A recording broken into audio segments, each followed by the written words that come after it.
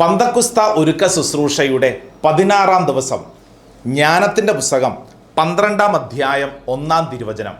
കർത്താവേ, സകലത്തിലും അങ്ങയുടെ അക്ഷയമായ ചൈതന്യം കുടികൊള്ളുന്നു. സോളമൻ്റെ പേരിലാണ് ജ്ഞാനത്തിൻ്റെ പുസ്തകം അറിയപ്പെടുന്നത്. സോളമൻ ഒരു കാര്യം പ്രഖ്യാപിക്കുകയാണ്: കർത്താവേ, സകലത്തിലും അങ്ങയുടെ അക്ഷയമായ ചൈതന്യം കുടികൊള്ളുന്നു. ചൈതന്യം എന്ന് പറഞ്ഞാൽ പരിശുദ്ധാത്മാവ്.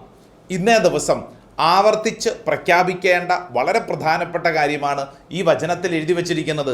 കർത്താവേ, സകലത്തിലും അങ്ങയുടെ ചൈതന്യം പരിശുദ്ധാത്മാവ് നിയന്ത്രിക്കുന്നു, കുടികൊള്ളുന്നു. നമ്മുടെ കുടുംബത്തെക്കുറിച്ച് നമുക്ക് പ്രഖ്യാപിക്കാം, നമ്മുടെ ശരീരത്തെക്കുറിച്ച് നമുക്ക് പ്രഖ്യാപിക്കാം, നമ്മുടെ ജോലിയെക്കുറിച്ച് നമുക്ക് പ്രഖ്യാപിക്കാം. കർത്താവേ, സകലത്തിലും അങ്ങയുടെ അക്ഷയമായ ചൈതന്യം കുടികൊള്ളുന്നു.